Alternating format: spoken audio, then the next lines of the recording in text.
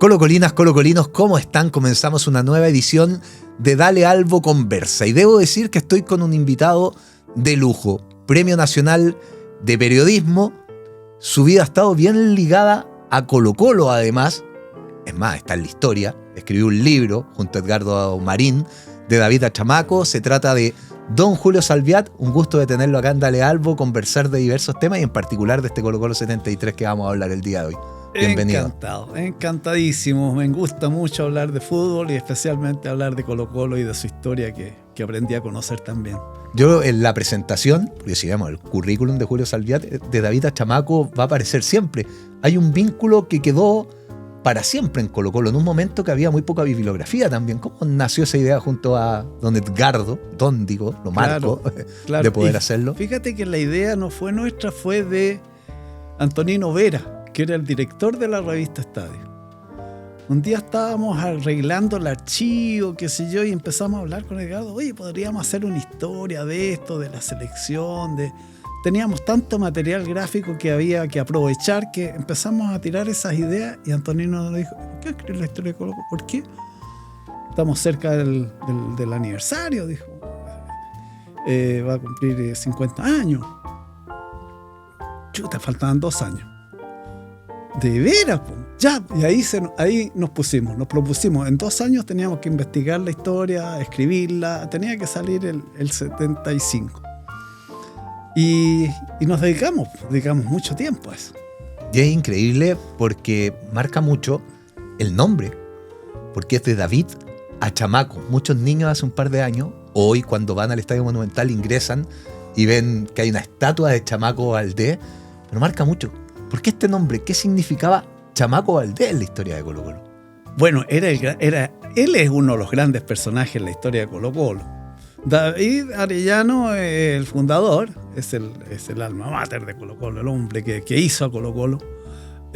Y Chamaco era el hombre de esos años, el héroe de Colo-Colo, de mucho. Ya había jugado la Copa Libertadores del 73, que era el gran robo que se le llamó. Era un jugador excepcional. Chamaco pudo haber jugado en cualquier club del mundo, le falta un poco, no sé, a lo mejor de promoción o de carácter.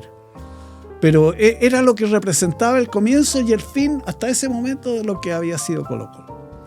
Y mencionabas, el libro viene después de la campaña de Colo-Colo 73. Colo-Colo 73, ¿cuánto marca en la historia de Colo-Colo? Ya podría venir otro libro porque estamos a puertas del centenario, pero en cualquier capítulo de la historia de Colo-Colo, el equipo del 73 es el que marca capítulos con letras de oro. Es uno de los grandes equipos de Colo-Colo en toda su historia. Sufrió una gran injusticia porque Colo-Colo era por lejos el mejor equipo del continente en ese momento. O sea, lo demostró en cada uno de sus partidos, ¿no? Y con el campeón de Brasil y con el campeón de Argentina. Fue superior a ellos. Y bueno, los factores externos fueron los que impidieron que Colo-Colo fuera el primer campeón chileno en la Copa Libertadores. Vamos a detenernos, no vamos a tener un orden en la conversación, pero justamente habla de los factores externos. Hace algunos días en CNN lanzaban una noticia que inclusive cruzaron la jugada de Carlos Caselli, el gol que se anula acá en Santiago, con el VAR, y se demostraba que estaba plenamente habilitado. Con los tiempos le aplicaron tecnología a esa jugada. Está en Argentina la infracción al Gringo Neff, con además el reglamento distinto, que en ese tiempo no se podía tocar al arquero. Hay situaciones que fueron cambiando en el fútbol. ¿Qué tan sucia quedó esa Copa Libertadores por todo lo que pasó? Quedó inmunda. Ya en Brasil, fíjate, el partido Colo-Colo con Botafogo ya hubo situaciones extrañas. Ese gol que se anula, que es increíble. Se le anula un gol que nadie todavía sabe por qué se pudo haber anulado. Era un golazo, o sea. Claro, un tiro de distancia, sin nadie adelantado, nadie estorbaba al arquero, no había ningún elemento. Offside no podía haber, foul no podía haber, pero no había nadie cerca. Claro, si no había ningún elemento. Se anuló. Después, cuando cobra el penal, que fue el segundo gol de Colo-Colo, yo dije, o sea, no pensé que lo iba a cobrar. Después de lo que estaba pasando, pues era todo para Botafogo. Pero no sé, fue tan evidente el penal que ya tuvo que cobrarlo. Pero ya en ese partido ya se perjudicó a Colo-Colo. Vamos a entrar en ese Colo-Colo 73, pero desde su experiencia. Cuando digo, vamos a hacer algunos capítulos para hablar de este Colo-Colo, digo, hay que contactar a Julio Salviati, porque lo vivió desde muy cerca. Conoció desde el Zorro Álamo, al Chamuyo Ampuero, a los jugadores que fueron parte de ese plantel, pero de una intimidad, y que es bueno que la gente que nos vea a nosotros, que es un público muy joven, también conozca que eran tiempos muy distintos, que la relación periodista muchas veces, futbolista, era distinta a lo que se vive hoy. Claro, bueno, yo era joven, yo trabajaba en la revista Estadio, tuve mucha cercanía con Colo-Colo 72, que es el equipo que llega campeón a la Copa Libertadores 73, campeón ese año, cuando llega Luis Álamos a Colo-Colo. Hacen su pretemporada en el Hotel Millahue, en el Cajón del Maipo. Y fui un día a hacerle una entrevista a Chamaco, precisamente, y ahí los conocí a ellos, más en la cosa lúdica, jugamos ping-pong, qué sé yo, después jugamos billar, estuve todo el día con ellos haciendo prácticamente todas sus actividades. Había una relación muy, muy cordial, pero muy respetuosa. Es decir, nos tratábamos con mucho respeto, no hacíamos bromas tontas. Si ellos me pedían que no contara algo que ellos me estaban diciendo, se respetaba. ¿Te fijas? Entonces nos fuimos ganando la confianza mutua.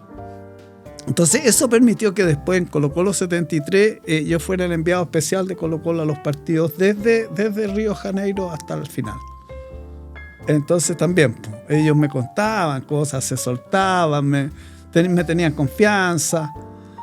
Luis Álamos dedicaba tiempo para explicarme algunas cosas que yo iba y le preguntaba. Aprendí mucho con él. Nos íbamos caminando, me acuerdo, por la línea de cal mientras los jugadores entrenaban, y él me iba explicando por qué había decidido este y no el otro, por qué había cambiado a este, en fin, cosas así. Viajábamos en el bus de Colo-Colo, del aeropuerto a su lugar de concentración, de su lugar de concentración al estadio, íbamos en el bus. Y en el bus uno aprovechaba de conversar también, de hacer entrevistas, qué sé yo, qué sentían antes del partido, qué sentían después. Te ayudaban mucho en el trabajo y a ellos no les molestaba.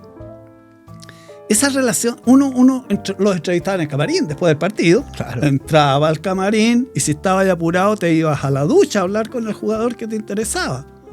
O sea, no había ni un problema. Esto se echó a perder, digo yo, por los radiales, fíjate. Por los reporteros radiales, que no tuvieron ese respeto, es decir, contaron infidencias de lo que sucedía en la interna de Colo-Colo, en el bus o en el camarín, que se pelearon dos, que se echaron un par de garabatos, qué sé yo, o que uno llegó medio mareado. Entonces, ahí empieza la cosa. Se empieza a poner trabas al trabajo periodístico. Y después ya se invitó la cosa europea, donde es más fría la relación y se decidió por las conferencias de prensa y todas esas cosas, y no entrar a los entrenamientos, no te dejan. Hoy día no puedes ver un entrenamiento, hoy día no sabes nada de lo que ocurre adentro. Pero pudo ser un testigo privilegiado de un capítulo histórico, y lo mencionó, el Zorro Álamo, y me parece que el alma mater de donde se comienza a gestar todo este gran equipo, porque hay individualidades que son tremendas, que ya vamos a ir hablando de ellas, pero mucho tiene que ver con la llegada del Zorro Álamo a Colo-Colo. ¿Cuál es su influencia? ¿Cuál era el elemento diferenciador de él, que hizo una escuela como entrenador en el fútbol chileno además? Claro. Mira, Colo-Colo venía de un periodo oscuro. En los años 60 se vio opacado por las universidades, especialmente por la Universidad de Chile. Todos los años 60. Pero logra ser campeón el 70. En 1970 Colo-Colo campeón, pero muy afortunadamente. Un sistema de campeonato en tres etapas, en las que siempre fue secundón, con Unión Española disparado en cada una de esas etapas previas, y juegan una liguilla final en la que le gana a Unión Española un partido de definición. La figura de Nelson Beirut. Con Nelson Beirut como gran figura. Entonces, el año 71 vuelve a sus niveles normales y a Colo-Colo se un poco dicen, aquí tenemos que cambiar esta cosa. Tenemos que... Héctor Gálvez, otro personaje, gran personaje en la historia de Colo-Colo, dice, vamos a armar un equipo para hacer cosas grandes. Y parte como debe partir un equipo con el entrenador. Usted, señor, arme el equipo que le gusta a usted. Y veremos cómo lo satisfacemos, cómo le traemos a la gente. Luis Álamo había dirigido a Lothar Schwager. Claro. Y Lothar Schwager había hecho un gran papel en la liguilla, en esa liguilla donde Colo-Colo había sido campeón del 70.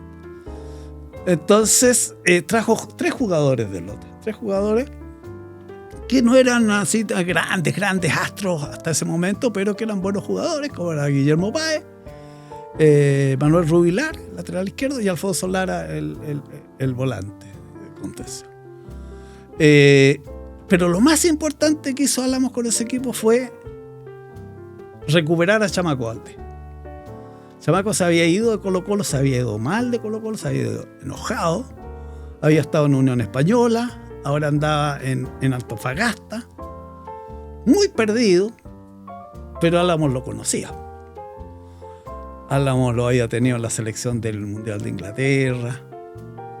En fin, bueno, todo el mundo conocía a Chamaco, solo que estaba perdido nomás en otro mundo.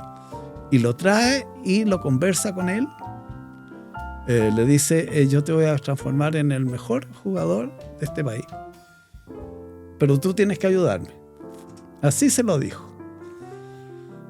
Ya, pues, ¿estás dispuesto? Sí, estoy dispuesto, vamos. Entonces le dio algunos requisitos de bajar unos par de kilos de peso, qué sé yo, de mejorar su genio, de ser más dócil. Y Chamaco le hace caso y vas a ser el gran conductor. Y el otro acierto de Álamos fue domar a Carlos Caselli. Estamos hablando de personalidades fuertes, claro, ambos, porque convencer a Chamaco tampoco era fácil. Estudiante universitario, tenía todo el entusiasmo, era extravertido, reclamador, había tenido líos porque una vez no quiso ir a un partido en Temuco. En fin, era un chico rebelde.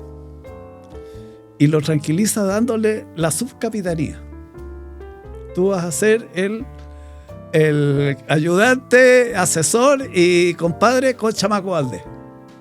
Él es el capitán, tú eres el subcapitán. Pero si Chamaco no quiere ser capitán, tú soy el capitán, en fin. Y Caselli, que nunca había tenido unas responsabilidades así, se sintió. Y además con Chamaco formaron después una dupla fantástica. Entonces ahí está la sabiduría de Álamo. Ahí está, el zorro, le decía. Él era muy astuto, tenía mucha psicología, él era profesor normalista, sabía tratar a la gente, a sus alumnos. Fue el gran puntal de ese Colo-Colo. Mencionó a 2 figuras, pero me quiero salir de la cancha y vamos a llevar un poco desordenada esta entrevista, sí, le estoy diciendo, pero los grandes equipos se forjan no solo por grandes jugadores, porque usted mencionó a Gálvez desde la dirigencia, que creo que son pilares fundamentales. Después mencionó a un técnico, a 2 grandes figuras en la cancha, pero por ejemplo estaba el profe Venegas en la preparación física, que me parece que era fundamental. Estaba quien era popularmente conocido como el Chamullo Ampuero, que era una pieza fundamental también en la unión de grupo, en la motivación y en el trabajo que realizaba también. Claro. No, tienes toda la razón. Ahí es que los grandes equipos se forjan con grandes hombres en los distintos estamentos. El profe Venegas era un jovencito, brillante alumno en el Instituto de Educación Física, pupilo de los grandes maestros de la educación física en Chile, que estaba con todo el entusiasmo. Y con todas las nuevas técnicas, por llamarlo así, los nuevos métodos de entrenamiento, de capacitación física, estaba muy al tanto del progreso en ese sentido.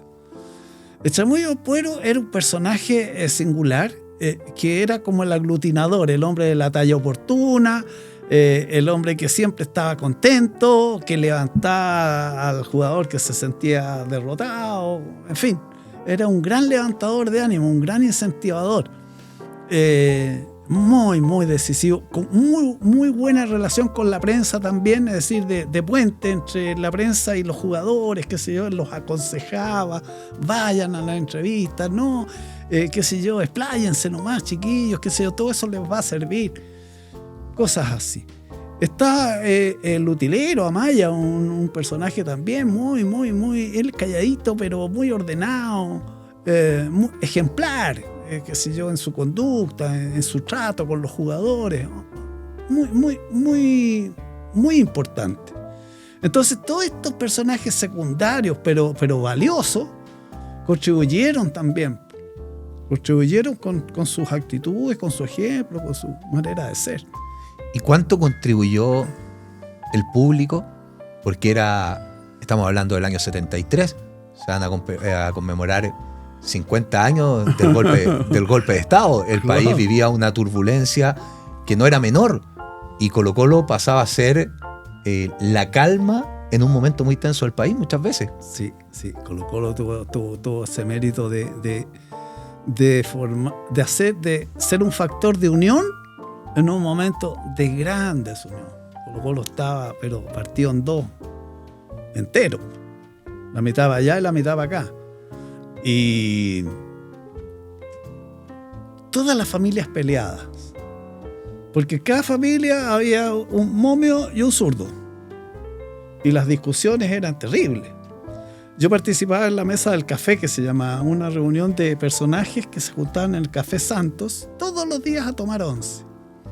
Era un grupo que dirigía gente, el hermano de Sergio Livingston era el presidente de la mesa, estaba Julio Martínez, estaba Antonino Vera, había dirigentes de clubes, había, en fin, hinchas connotados de Unión Española, por decir algo. Y me invitaron a participar y empecé a participar. Bueno, en esa mesa había un espacio para la discusión política. Y se armaban las mochas ahí, pues, unos para allá y otros para acá, qué sé yo, pero llegaba un momento el presidente decía, basta, ahora hablamos de fútbol. Y se acababa la discusión. Y Colo-Colo ayudó mucho a esa tranquilidad. Colo-Colo empezó a brillar de tal manera que la gente se vio obligada a seguirlo. Porque no todo el mundo era colocolino. Pero en esa oportunidad yo digo que todo Chile era colocolino. Y en la medida que iba escalando, en la medida que iba subiendo, y cuando llega a la final ya lo único que querían, todos, era que Colo-Colo fuera campeón. Hoy día creo que no se daría la misma situación. Yo creo que hoy día si Colo-Colo llega a disputar la final de la Copa Libertadores, van a ir hinchas de la U a alentar al otro equipo. Si pueden entrar al estadio. Porque es otro el sentimiento. En ese momento Colo-Colo era como un bálsamo para la situación tan difícil que estaba atravesando este país. Y ahí aparecían un montón de figuras, porque es la palabra que voy a utilizar. Era mucho ser un equipo, bueno, con el Gringo Neff, con Leonel Herrera, lo que marcaba, la presencia que tenía, un irreverente, lo podríamos llamar así, a Mario Galindo, de su forma de jugar. Sí, era un desinhibido,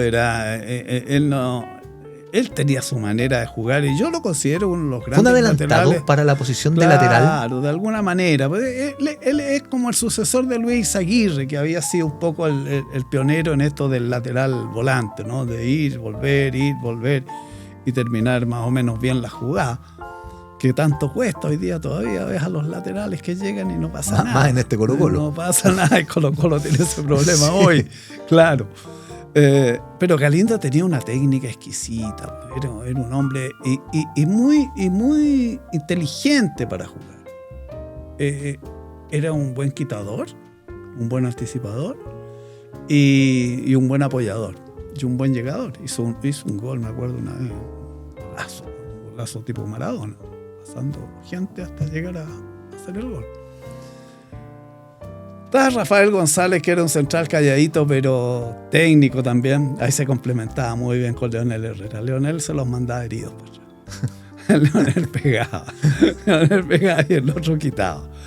Y a la izquierda tenía a Manuel Rubilar, que era un lateral muy eficiente, y Alejandro Silva, que jugó algunos partidos también muy eficiente. El Loco Páez fue decisivo. En esa campaña el loco fue hay un factor muy del Zorro Álamo, porque Páez era volante de salida, para hablar en la terminología que se utiliza hoy.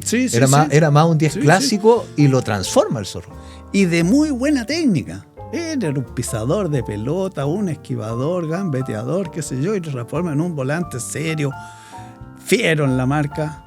Como era muy, muy luchador, Álamo dijo, este es lo que hay que ocupar. En este lugar tiene que haber un patrón, alguien que grite, que mande, que pegue. Todas las cualidades que tiene que tener un buen 6. Pues todo eso se resumía en el Loco Páez, que aparte de todo el físico que tenía y las ganas, el amor propio y todo eso, tenía una gran técnica. Sí, era bueno para la pelota, bueno. Bueno, y con él ahí estaba Sergio Messen, que era otro. Que en ese equipo jugaban todos bien, sí, esa es la gracia. Pero si no estaba Messen, estaba Beirut. Estas palabras mayores estamos tenía hablando. Dos punteros voladores, Caselli y Vélez, y Ahumada, que era que un poco se retrasaba, qué sé yo, pero bueno para hacer paredes, el negro, bueno para defender la pelota, bueno para girar. No he visto jugador que gire mejor que él con defensas a su espalda. El otro día lo conversaba con mi papá, que nos tocó ver distintos Colo-Colo. Mi papá, el que disfrutó el Colo-Colo 73, yo fui el que disfrutó Colo-Colo 91. Claro. Y uno cuando recuerda el Colo-Colo 91 siempre aparece esta figura de Rubén Martínez que está como entre las sombras y era el goleador y vaya que era importante. Sí. El negro Ahumada era esa figura del Colo-Colo 73 claro. Que tal vez en la sombra de Carlos Caselli, que se llevaba todas las imágenes, pero quien lo vio jugar, todos me dicen, no solo era un jugadorazo, no solo era goleador, también era muy táctico. Si habría que abrirlo a la derecha, si iba a la derecha, si había que llevarlo a la izquierda, si tenía que arrastrar las marcas, cumplía esas funciones además. Muy inteligente para jugar, muy inteligente. A él le faltó carácter, o sea, venderse mejor. Él nos esquivaba un poco, con él costaba meterse. Siempre él mantenía cierta distancia. Pero le faltó eso, le faltó un poquito más de autoestima. Se creía menos de lo que era. Bueno, y Chamaco que aprovechaba todo eso, aprovechaba cómo picaba Vélez, cómo se abría Caselli, o cómo la diagonal de Caselli, y los pases en profundidad para Ahumada, en fin. Se armó. Ahí estuvo Osorio también. Fernando Osorio fue bien valioso, él entraba, nomás no era titular, pero también pues, muy táctico. También venía Lota Schwager, ahí me olvidé de ese también, 4. ¿Qué otro participaba en ese equipo? Silva, es que era muy estable ese equipo también. Si era Silva, que por lesión de Rubilar entró. Después Messen, Beirut eran los que más, depende del partido, los ponía Álamo, ponía uno, ponía al otro, pero los dos eran buenísimos. Y Osorio, que estaba para reemplazar a cualquiera de los delanteros.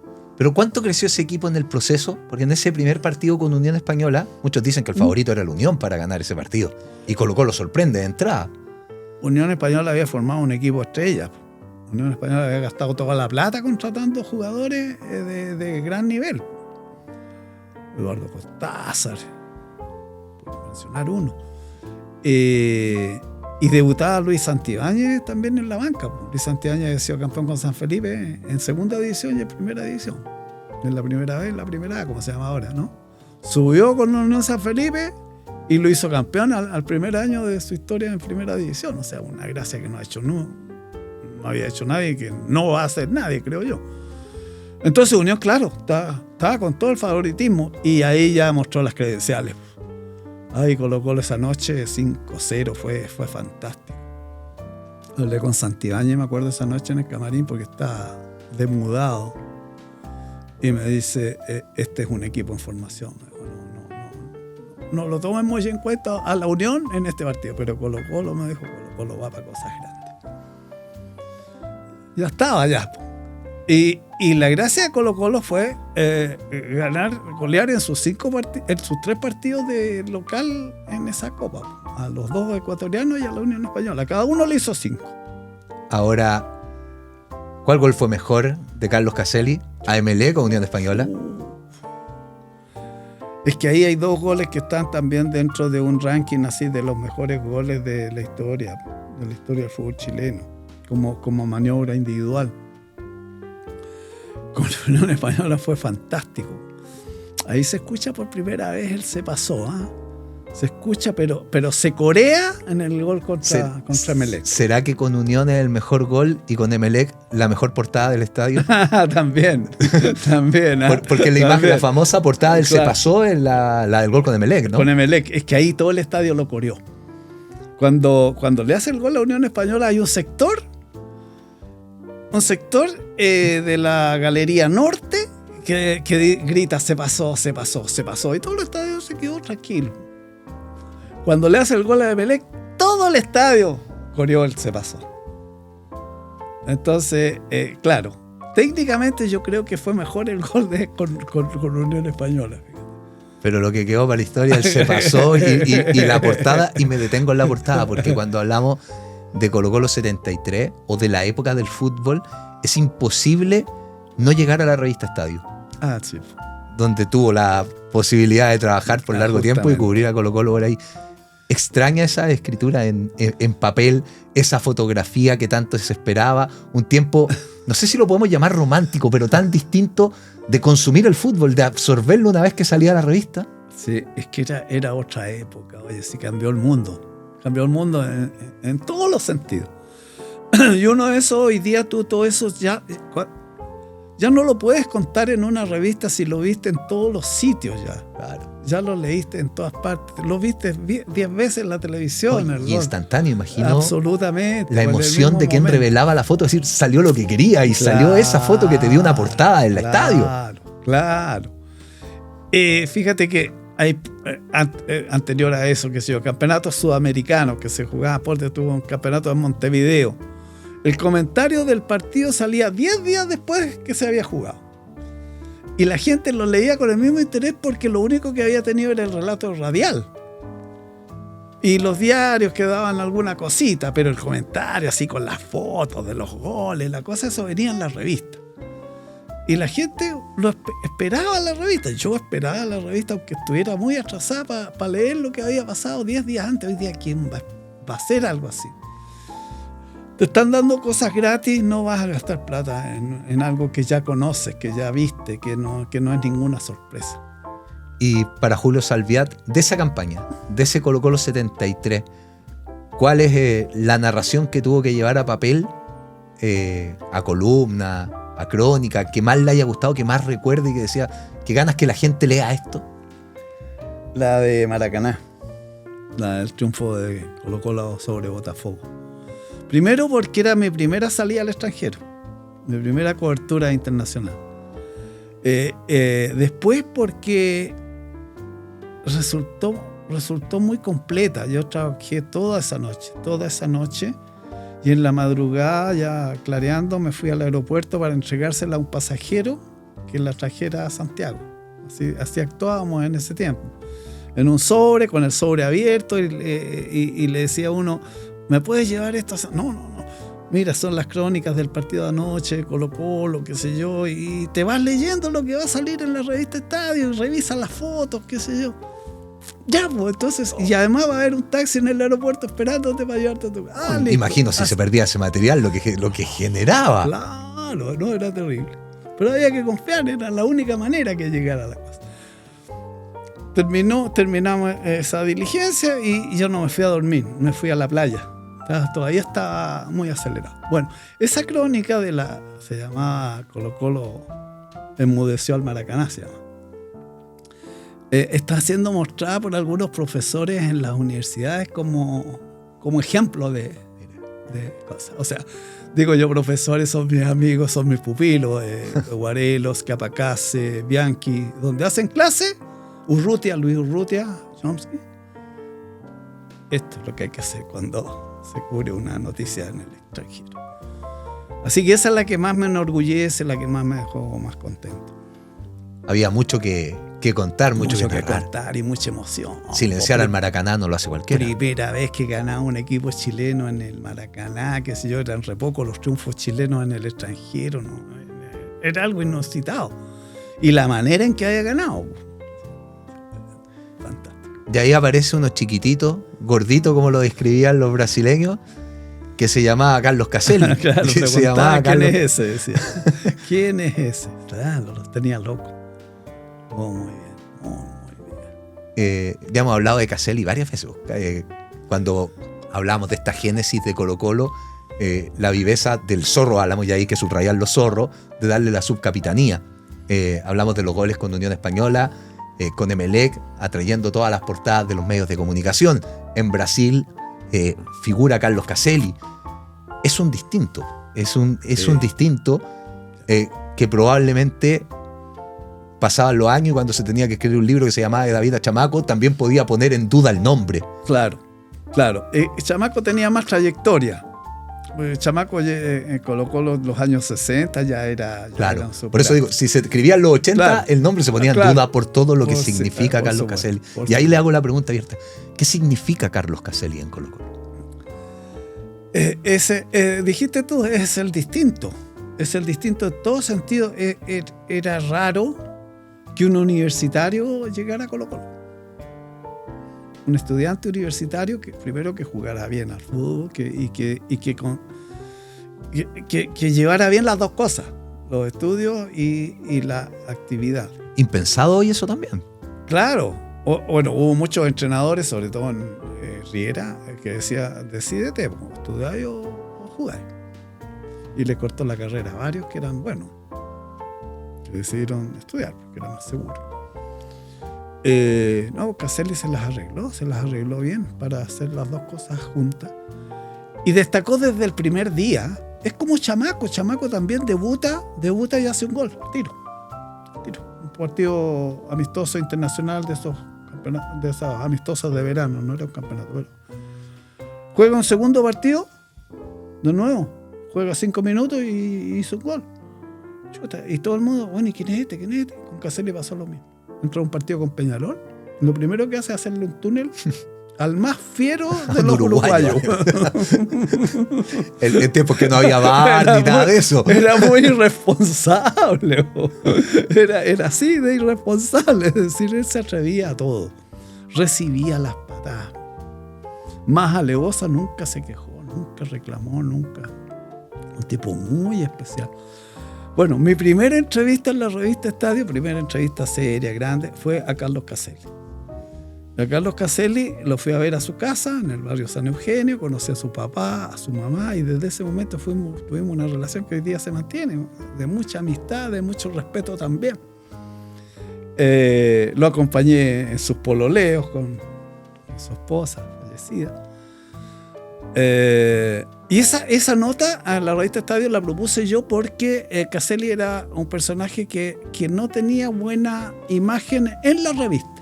Al director no le gustaban los gestos de Caselli, la manera de ser de él, no tenía dudas. Y lo que te contaba de antes, había faltado un partido de Temuco, que viajaban en tren y no llegó al tren y no viajó. Entonces lo sancionaron, qué sé yo, y la entrevista se llamó El acusado tiene la palabra. Era para todos sus descargos. ¿Qué tenía que decir él en relación a eso? Pero aprovechamos para contar toda su vida, qué sé yo, su manera de ser, describir su pieza llena de banderines y cosas, colocolino hasta la muerte. En fin, entonces Caselli desde el primer momento llamó la atención. Primero que por el apellido, que era raro. Claro. Siempre, sí, y cómo se escribe. Lo escribían muy mal al principio, hasta la revista Estadio se escribió mal los primeros partidos, hasta la entrevista mía. Pasó con Beirut en su momento también. Con Beirut también, con el nombre y con el apellido. Y me explicó que era de origen húngaro, en fin, y así se escribe y así es la cosa. Bueno, y tuvo una carrera sensacional. El tipo... Él pudo haber batido todos los récords chilenos en cuanto a goles si no se va al extranjero. Él jugó poco Colo-Colo, comparado, por decir, con muchos otros, ¿no? Por decir, Carlos Campos hizo toda su carrera en la Universidad de Chile. Claro. Toda. 14 años. Caselli habrá jugado 6, 7 años en Colo-Colo, ¿no? Y en la selección.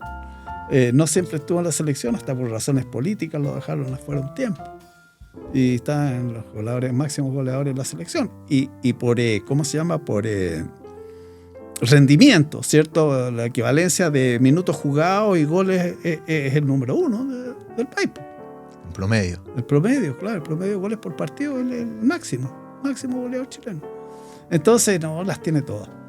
Y en ese joven Caselli que pudo entrevistar para sus descargos, una cosa es verlo en la cancha o verlo entrenar. Ya cuando lo conoció, también era un distinto. Claro, bueno, y tuvimos muy buena llegada porque él estaba empezando Colo-Colo y yo estaba empezando en el periodismo. O sea, nos encontramos dos cabros chicos, o sea, ahí. También era de las primeras entrevistas de Caselli. Claro, en la revista Estadio la primera. Entonces, éramos dos cabros chicos metidos en cosas de grandes. Cada uno en su nivel, ¿no? Porque llegar a la revista Estadio ya era una cosa fantástica. Y yo cumplía un sueño. O sea, yo fui periodista primero, quería ser periodista de deporte, segundo, ser periodista en la revista Estadio. Ese era mi fin desde cabros chicos. Entonces, yo estaba en lo mío y él estaba en lo de él y tuvo mucha confianza para contarme cosas. Su mamá muy afectuosa, su mamá muy acogedora, su papá también muy acogedor. Entonces, cada vez que venía a Caselli del extranjero, yo iba a hacerle una entrevista. Siempre. Me mandaban, anda tú a hacerle la entrevista a Caselli, que si yo estaba en el Español de Barcelona, que si. Hasta cuando estuvo en el Ecuador, estuvo también jugando. Barcelona, jugador. Barcelona. De donde llegara, había que ir a entrevistarlo. Entonces se mantiene esa buena relación con él. Como digo, un tipo muy especial, muy franco. Un tipo abierto, un tipo que no le tenía miedo a nada. Bueno, lo demostró, ¿no? En sus actitudes. Pinochet, qué sé yo. Y otra con los dirigentes, o sea, él no se quedaba callado. ¿Es el ídolo más grande de la historia de Colo-Colo? Eso no sé, habría que hacer, no sé, una encuesta entre los colocolinos. Yo no sé. Yo, para mí, a ver, hay personajes de Colo-Colo que son, no sé. Si tú le preguntas a mi abuelito, te va a decir el Tigre Sorrell. Claro. No encontrar a nadie mejor que el Chato Subiabre, me va a decir el bisabuelo, qué sé yo, allá. Y así vamos. Después te van a mencionar a Cuacuá y después va a pasar por Chamaco. Tiene que estar Chamaco, tiene que estar Jorge Toro, tiene que estar Jorge Roleo. Claro. Y ahora Paredes, ¿no? Sí. Entonces cada generación ha tenido su ídolo. Y encontrar, es lo mismo que formar una selección de todos los tiempos. O sea, mi selección va a ser distinta a la de un cabro de ahora. Además, desde los gustos, porque además. Y no es que lo mío tenga más mérito. Me tocó otra época nomás. Otra época que yo veo que, claro, obviamente que yo incluyo a nuevos, o sea, Vidal, Sánchez, qué sé yo, están en mi selección ideal, por supuesto. Pero hay gente que yo tengo en mi selección y que ellos no vieron nunca, Leonel Sánchez, qué sé yo, Luis Izaguirre, Jaime Ramírez, en fin. Además, para quienes somos futboleros, ante los ojos de la emoción que genera cuando uno es niño, el peso específico que torna a ese jugador en uno también es distinto. Claro que sí, pues, claro, uno en la niñez los idolatra. Si para mí uno de los golpes, cuando yo entro al periodismo de deporte, es encontrarme con estos gente que habían sido mis admirados, mis ídolos, y hasta cierto punto me decepcionaron. Porque eran igual que yo, qué sé yo, y más ordinarios que yo. Entonces, pero mira, pero es así la cosa. Yo soñaba con conocerlo, de tocarlo. Increíble. Y no. Después lo tuve, bueno, después, qué sé yo. Hablamos de este Colo-Colo y lo hablamos desde los triunfos, desde los grandes jugadores, pero finalmente, por factores externos, como todos dicen, se termina perdiendo una final. Y el sabor de la derrota es muy amargo.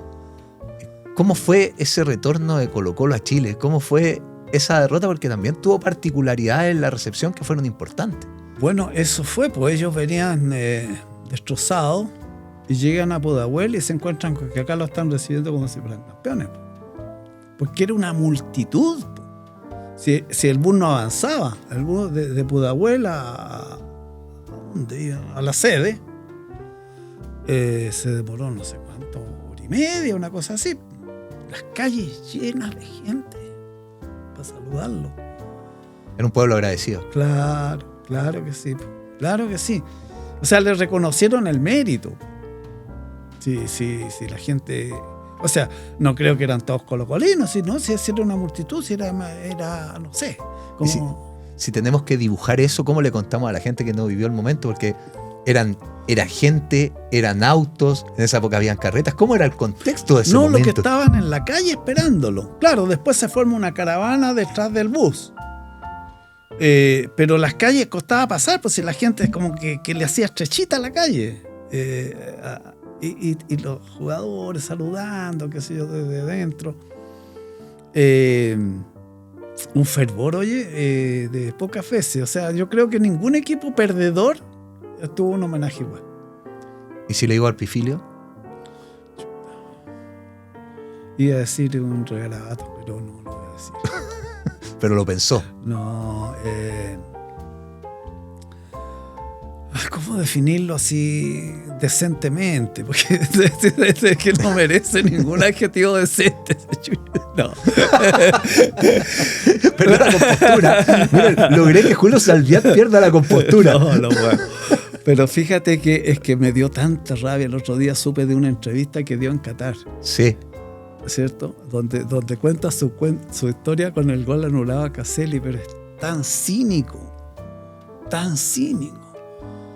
Fue un foul, dice que hubo mano. Claro, dice que hubo mano. No se ve la mano, porque yo empecé a revisar la imagen al tiro. Después, claro, hay un movimiento por ahí. Pero no, si él cobró offside. Y en esa entrevista dice que fue mano. Y que Caselli fue y le reconoció que había cometido la mano y que estaba bien el cobre y todo eso. Y Caselli, ¿cuándo? Jamás. Es conocida la historia de los árbitros que se iban a instalar al hotel de Colo-Colo y esperaban y se mostraban, saludaban a los dirigentes a ver si le hacían alguna oferta. Y cuando no le hacían la oferta se iban. Y pasó con el Pifilo. Fue al Hotel Carrera, estuvo con ellos, qué sé yo, y nadie le dijo nada. Y Leonel Herrera empujando a Héctor Gálvez para que le diera plata. Don Héctor, él lo ha confesado, don Héctor, si le pasa unos dolarcitos, ganamos. No, si les vamos a ganar igual. Pues, no era lo mismo. ¿Cómo valora ese acto de Héctor Gálvez? No, eso lo refleja. Héctor Gálvez fue un tipo muy sencillo. Él era decoltado con un guasito que hizo su negocito en Santiago, una fábrica de lámparas, por eso le decían Aladino, qué sé yo, un tipo muy guaso, pero inteligente y recto, absolutamente. El tipo no se prestó para hacer trampa, podía haberlo hecho perfectamente. Lo que significaba ganar la Copa Libertadores era un buen premio para el club, de ahí sacaba una tajadita, le daba al árbitro, no había ningún problema, no era problema económico. Pero decía que eso no había que hacerlo nomás. Eso refleja grandeza. Este Colo-Colo 73, no vamos a hacer un ranking ni caer en una comparación para no restar mérito al logro del equipo del 91 que termina levantando la copa y también regalándonos una alegría inolvidable y gigantesca, donde también fue testigo. Pero me parece que hay matices desde la forma de jugar al fútbol que son distintas. Al parecer el del 73 era un equipo más vistoso. Era un equipo de grandes individualidades reunidas para un objetivo y un sistema de juego común. Yo creo que eran mejores jugadores los del 73, mejores técnicamente. Pero ya había cambiado otra cosa, había cambiado un poco la mentalidad del chileno. El año 91 habíamos vuelto a la democracia, había un ambiente así de fervor ciudadano, digo yo. Se había terminado la dictadura. Habían cambiado las características de los juegos, habían traído un entrenador que era distinto, que armó un sistema de juego distinto, que impuso una disciplina férrea, porque Josi se empieza a echar a perder cuando empieza a entender el español. Al principio no entendía nada y no aceptaba ninguna chiva. Desde que llegué atrasado, porque pucha, no entender, castigado. Después ya se chilenizó y ya no fue lo mismo. Pero todos esos factores hacen que Colo-Colo con jugadores, yo digo, de menor jerarquía, hasta con cabros chicos, po. Sí, Ramírez, Marga, hasta Leonel Herrera chico, eran jugadores Carlos Peralta, inexpertos. Peralta jugó, claro. Inexpertos. No tenía la jerarquía que tenía este otro equipo, que eran todos grandes, que eran todos maduros, que eran todos consagrados. Acá eran prácticamente principiantes, varios. ¿Qué pasa? Que Colo-Colo tuvo un sistema de juego muy, muy apropiado a las características de los jugadores. O sea, eligió jugadores para ese sistema de juego. Por eso les fue muy bien. A Ramírez lo cambió de posición, a Marga lo ubicó bien, a Chano Garrido. A Rubén Espinosa, que era lateral, lo hizo jugar de volante. Volante, claro. Pero se repite en la historia.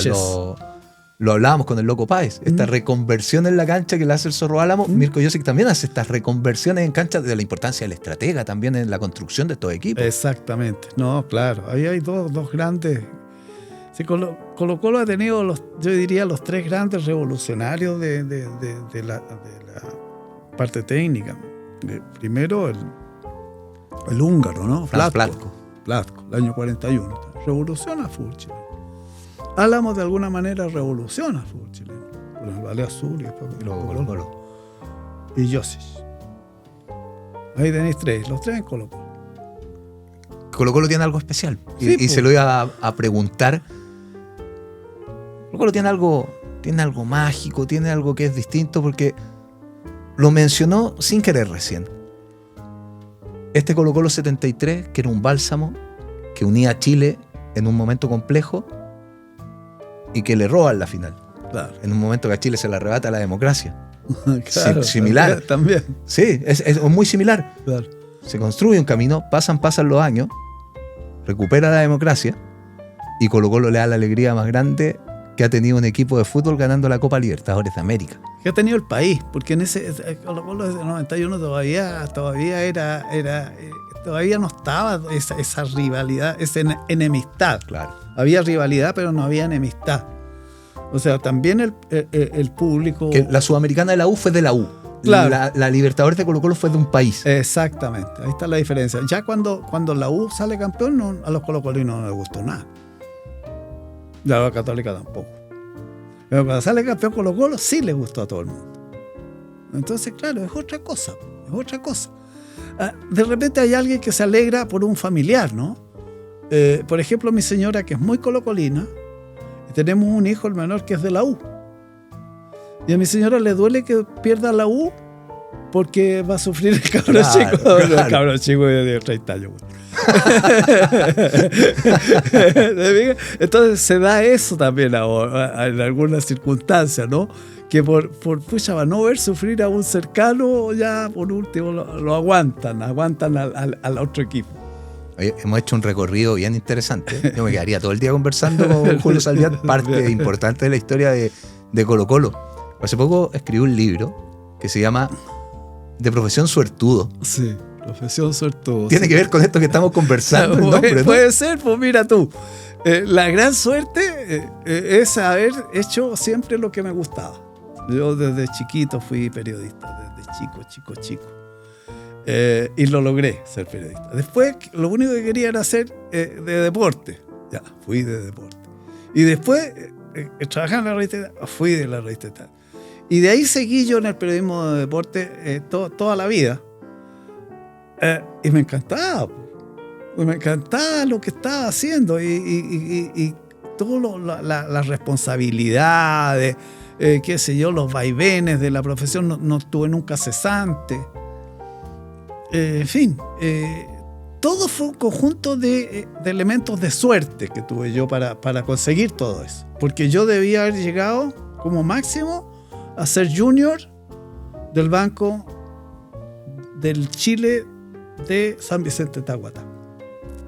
Ese era un poco el techo que yo tenía. No podía hacer otra cosa. Pero me las ingenié para venir a dar el bachillerato, me las ingenié para ver los requisitos universitarios, me las ingenié para conseguir becas. Y así salí, con puros elementos de suerte. Porque para el bachillerato yo no sabía qué día era y me encuentro con un profesor y me preguntó, ¿no iba a dar bachillerato? Sí, mañana, ¿cómo mañana? Estaba en San Vicente. Eran las 4 de la tarde. Ya no había buses. Me dijo, ¿te sirve si te voy a dejar a Pelequén? Puta, claro, pues ahí yo me voy a Deo para Santiago. Me dejó en Pelequén, pues. Efectivamente, hice Deo. ¿Y se vino a Deo? Y me vine a Deo. No. Llegué a la casa de unos tíos que no había teléfono para avisarles, nada. Pues llegué a la casa de los tíos, me recibieron, obviamente. ¿No? Y a las 8 de la mañana del día siguiente estaba en el liceo de aplicación dando el bachillerato. Me pasaron cosas de ese tipo que fueron dándome el pie para seguir yo con mis deseos, mi vocación. Qué linda historia y todo lo que le tocó vivir y le queda por vivir, pero no puedo dejar de preguntarle, porque partimos hablando de David Achamaco. Estamos a nada de que Colo-Colo cumpla 100 años, ¿sí? De que cumpla el centenario. ¿Cómo ve a este Colo-Colo actual que cambió de ese libro que escribió a los 50 años y cómo se proyecta el centenario de este Colo-Colo que a todas luces es muy distinto del de David Achamaco? Pero seguro, a ver, que Colo-Colo nace grande. Colo-Colo con la decisión de Magallanes, con su separación, forma un equipo al que llaman el Invencible. Le gana al que se le ponía por delante, le gana. Todavía no había competencias muy organizadas, había competencias metropolitanas, ¿sí? Ya. Segunda cosa, hace una gira, los veranos hacía gira a todo el país. Se subían en la estación central y iban pueblo por pueblo jugando con todas las ciudades para allá. Con la hermosura del tren de por medio, además. Claro, y se gana el afecto de todo el país. Porque era un gran equipo. Tercero, impone reglas de disciplina muy estrictas a sus jugadores, qué sé yo, desde el uniforme hasta la conducta en la cancha, en fin, toda una regla, el decálogo de David Arellano, fantástico, todavía debería ser mostrado así en las escuelas de fútbol. Y al año siguiente ya está yendo a Europa. Y en Europa, muere David Arellano. O sea, tiene un mártir. Y todas las grandes gestas históricas, todas las grandes revoluciones y todos los hitos de la historia tienen un mártir. Partiendo por Jesucristo.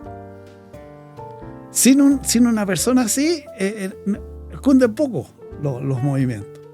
Che Guevara. En fin, si tú vas viendo en cada país, hay un gallo que murió y que fue el que inspiró, el inspirador. Entonces Colo-Colo las tuvo todas desde el comienzo. El primero en ir a Europa, qué sé yo, y la popularidad. Y después cuando empieza el profesionalismo le cuesta un poco adaptarse a la cosa. O estaba en transición, el hecho es que Magallanes gana los primeros campeonatos, pero ya después se riela la cosa y Colo-Colo es lejos el equipo con más títulos en este país. Para los años de 75, cuando sale este libro, Colo-Colo ya era el equipo más popular, o sea, siempre he sido, era el equipo más popular del país, y ya era el equipo que tenía más títulos, y ya era el equipo que representaba mejor al país en todas las competencias en las que participaba. Colo-Colo después, bueno, tiene los logros eso, ¿no? Tiene dos grandes logros, aparte de los títulos que son el estadio propio, que también tiene su origen mucho antes, ¿no? Pero que el que lo hizo el que tiene el mérito mayor, porque al final había que hacerlo. Lo hace, porque Héctor Galvez inauguró un estadio monumental, pero era una cancha con unas pocas tribunas, así. El estadio La Habana había comprado los terrenos. Claro, La Habana había comprado los terrenos. Y todo eso se quiebra con la quiebra. No me gusta lo que pasó después de la quiebra. No me gusta que Colo-Colo sea una sociedad anónima deportiva. No me gusta. No lo entiendo. Los dirigentes antiguos, con los recursos que reciben los clubes hoy, habrían hecho maravillas. Ellos trabajaban, pero casi a pérdida. Las recaudaciones y el aporte de los socios, esos eran sus ingresos. No había ni siquiera publicidad en las camisetas, no había nada. Y oye, hacía el cosas. canal del fútbol te paga los sueldos por sí solo. Claro. O sea, ya el desde está. Ahí. Oye, y tenían división inferiores, y tenían ramas. ¿Cuántas ramas tenía Colo-Colo? Tenía ramas montones, po. Tenía una sede linda, tenía vida social, tenía ayuda social. Bueno, y hoy día no, pues hoy día no les alcanza la plata, hoy día tienen una pura rama. No forman. No hay una buena política de formación, de planificación.